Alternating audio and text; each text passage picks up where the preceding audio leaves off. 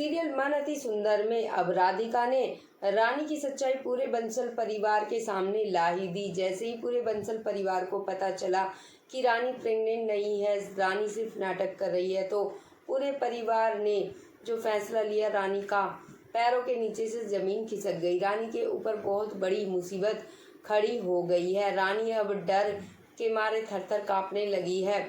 इतने दिनों से रानी राधिका और पूरे बंसल परिवार को बेवकूफ़ बना रही थी और राधिका को सबसे ज़्यादा सजा दिलाती रही, लेकिन गणेश चतुर्थी के दिन भगवान की कृपा से आखिरकार राधिका की जीत हुई। सत्य की हमेशा ही जीत होती है। वैसे तो आप सभी जानते हैं, राज्य हुआ पाप करने वालों का, सजा मिली नाश हुआ। राधिका आखिरकार दिव्यम के विश्वास पर खड़ी उतरी।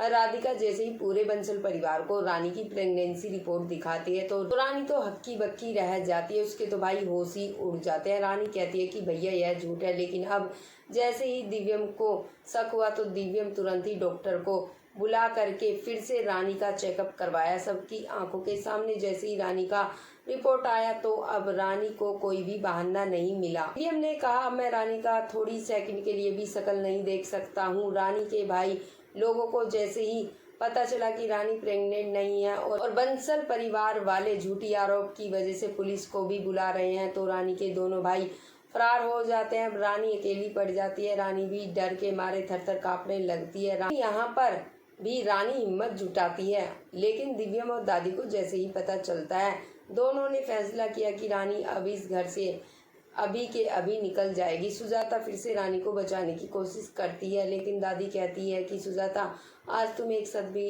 नहीं बोलोगी, यह सब कुछ तुम्हारी वजह से ही हो रहा है। राधिका को इस घर में लाने का मेरा सही फैसला रहा। अगर रानी इस घर की बहू बन जाती तो आज हम सभी को मरनों तक रानी दबा के रखती और हम सभी को जीवन भर कष्ट होता। यह राधिका है जो हम लोगों को बचा ली और अब हम लोगों का जीवन सुख शांति से कटेगा।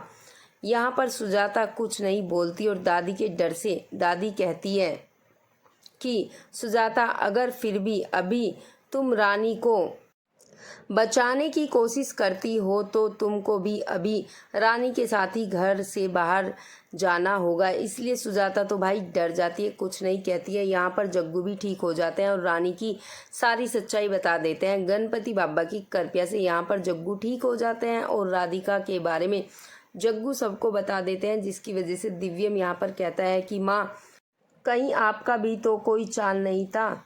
जब सब कोई सुजाता के ऊपर शक करने लगते हैं तो सुजाता कुछ नहीं बोल पाती है।